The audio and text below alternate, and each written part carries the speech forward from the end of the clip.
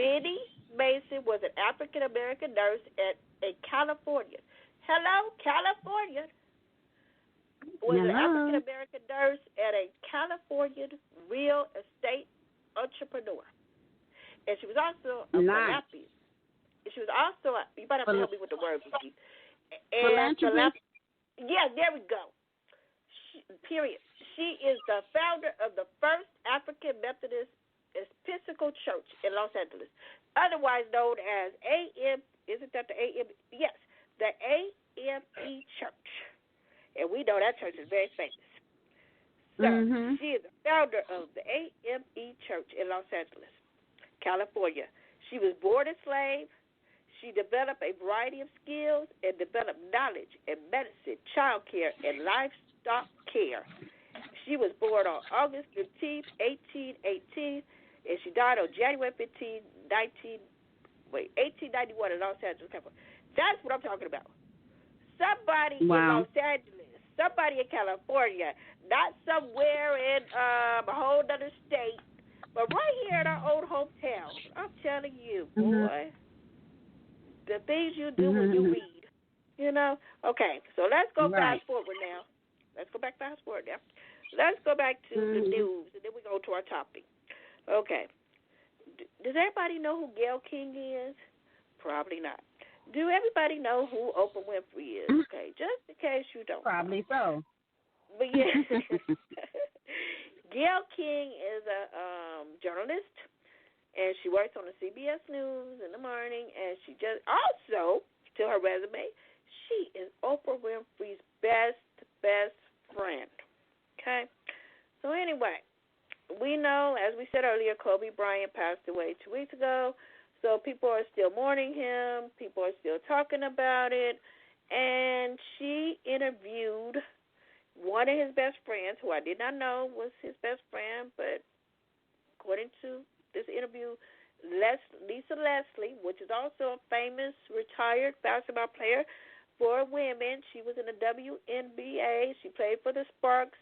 And I forgot what college she went to. I don't want to just say anything without that. But anyway, my point is, Gayle King interviewed Lisa Leslie, one of Kobe Bryant's best friends, and I did not hear the interview to its fullest or even hear it at all, but it was told that she asked the question pertaining to the alleged rape allegations of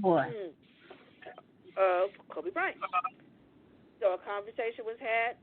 Based on what it was told to me, she handled it very well. But people on the outside, in the who handled it very world, well?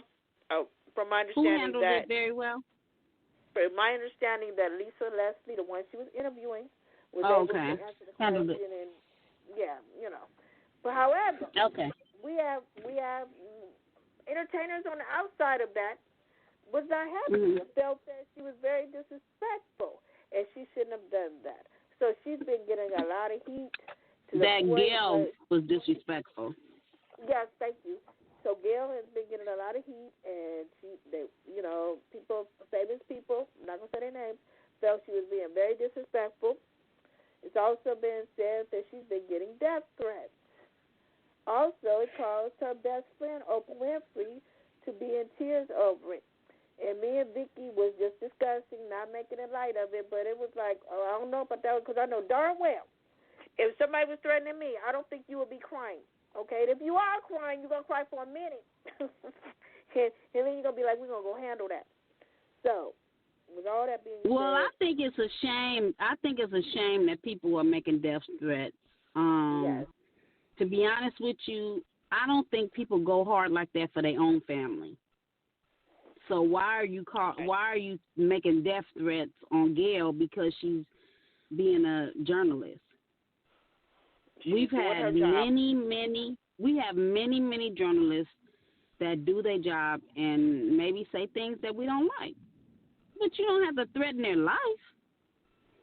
So I'm just saying, like, I don't think Kobe will be happy about that. So people, no, I don't. Yeah.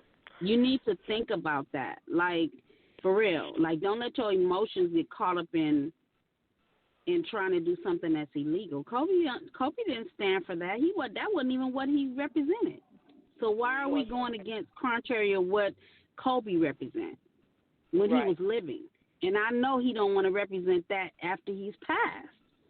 Right. And nor does his wife even want to be known for stuff like that. I know that. And we know that he has much respect for the press because he was interviewed all the time by press, so he knows how it works. So anyway, we're just going to be continue to pray for the victims in the crash along with Kobe and his family, and we're going to be praying for Gail and Oprah, and, she shouldn't have to go through that. She was just doing her job. And I'm a journalist on the side, so I can understand at the end of the day, you got to do your job. It was not out of disrespect, because I feel like this. Had she not mentioned it, somebody would have been like, oh, you're not being a real journalist because you didn't bring it up. And you didn't bring it up because he passed away. So that's part of our job. Moving on to a journalist, and then we're going to go into our subject matter. I'm not a journalist. Yes. I'm not a journalist, and I do feel, because I'm not a journalist, so I don't understand that whole process, but being a non-journalist, I felt like it was empathetic. But as a journalist, it's not being empathetic. They're doing their job. So I just want to say that. Thank you for giving us that, because it ain't easy being a journalist. Believe me, I know. Okay. Anyway, even though I went to school and got a degree in it, I'm not walking around being a journalist on no TV. That's sure. I do journalist stuff like right now. This is journalist right here. Okay, moving on. Also, before the Gail, we're doing broadcast journaling right now on the radio show. Okay, so moving on. Before the Gail King incident happened, there was another journalist from the Washington Post. She was suspended for saying a very similar thing. She brought up the alleged rape case of Kobe was involved in, and that she was suspended. So I did some research, and her suspension was overturned because she, maybe it wasn't the right timing for her to do it, but she was doing her job. She didn't do nothing wrong. So I'm glad that they overturned her suspension. Me too. Yes. That mess ain't no joke. On a side note, just to have a little laughter, when I was going to Cal State Long Beach, and I was on the school paper, there was a time where I did a story about a fraternity. You don't mess with no fraternity, boy. And I was like ignorant. I was just doing a story. I wasn't all caught up in what fraternity was and what they did or whatever. And I ended up doing a story. And at the time, Vicki was going to Cal State Long Beach with me, and we was walking together. And I didn't know the story made front page. So we walking the class, and people started yelling at me. I remember that. It was a guy calling your name, Deacon McClain. I was like, he was calling your name. Yeah, man. Because he was calling my name, and the other people was calling my name because the story made the front page, and I didn't know that yet. So when he was calling my name, telling me it was a good article, I'm like, what the heck are you talking about? And there were newspaper stands all around us. So when I stopped to go to a newspaper stand, and my article was the first thing you see right on the front page, and people had highlighted it with a yellow highlighter and everything. And I was telling Vicki, I ain't gonna lie, I'm usually not scared, but that day, I was like, oh, am I gonna have to go run for my life, or is people gonna threaten me and be mad at me? So, I had some people said a few things, but they respected me. They was like, I'm not mad at you. You was doing your job, so I'm not going to be mad at you. I was like, thank you. But for a minute, I thought I was going to go sit in the car, So, anyway, moving on.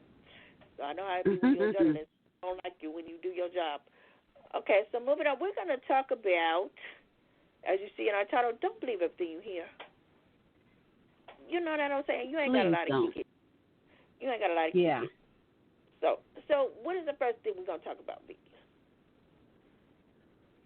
Well, we can start with the slavery. Oh, so yes. We wanted to our topic is don't believe everything you hear. So as a subtopic, we were going to focus on conspiracy theories. And okay, so wait, hold on. We need the definition. Yes, thank you. Okay, so Yeah, according we're going to to get the definition. yeah, we're gonna go to according to what dictionary is this? Not the definition of dictionary Dika and Vicky. Definition of conspiracy by Merriam-Webster. Conspiracy definition is the act of conspiring together. And then here go another one. The action of plotting or conspiring. And then another definition is a secret plan by a group to do something unlawful or harmful. So anyway, okay, go ahead, Vicki. Tell us about slavery. So when in saying that is just basically saying that people come up with their own idea or a belief that they believe about something, you know. And when we say conspiracy theory, it's something that their own theory about a situation. Like they come up with their own belief about how the outcome of something, or what they believe happened in a situation. So This situation we want to discuss first is slavery. We want to talk about slavery and how when slavery was abolished, meaning that slavery ended. Another word for abolished, it was ended. Slavery ended. And when it ended, there was a promise made. There was a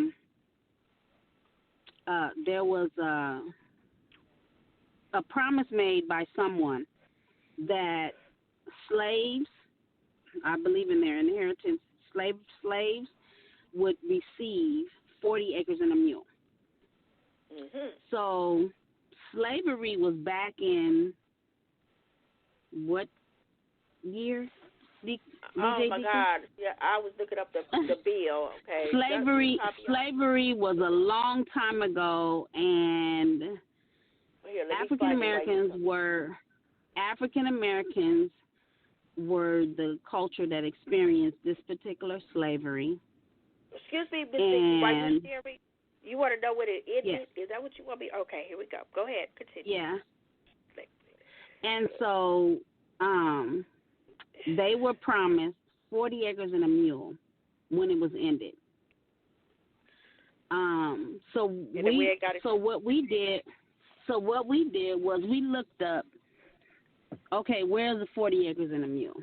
Is this a conspiracy, or is this some truth? Is there some validity here?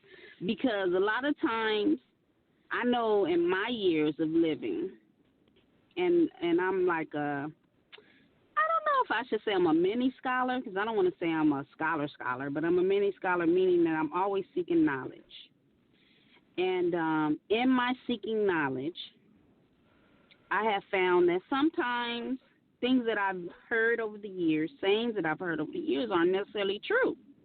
Like I've talked to other scholars that may have been more seasoned than myself, and they didn't even know. And then we're both researching together and find an empty nest. Like we don't find the answer to what we're looking for, which is basically something that we've been believing all these years, but it's not even necessarily there. It's kind of like something somebody made up, or a few ideologies that they put together to make it to mean something that they wanted to mean, or to say something that they wanted to say.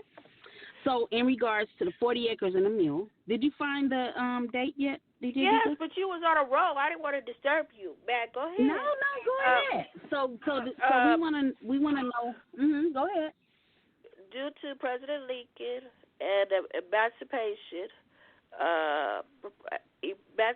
Proclamation, thank you, 1863. January 1st, 1863. But that's a whole other different story, another time, because some people feel like it didn't end when he did that, but that's a whole other story. Well, no, it didn't end right. Well, it was said that it ended, but there were a lot of slaves that weren't told, so they were still enslaved, and sometime later they found out that they weren't even supposed to be slaves anymore. That's true, but it is also another issues with some people giving what's his name, Abraham Lincoln, his kudos, saying that he really freed the slaves when he really didn't. He just wanted them to go be in the war. But that's a whole other conversation. But go ahead.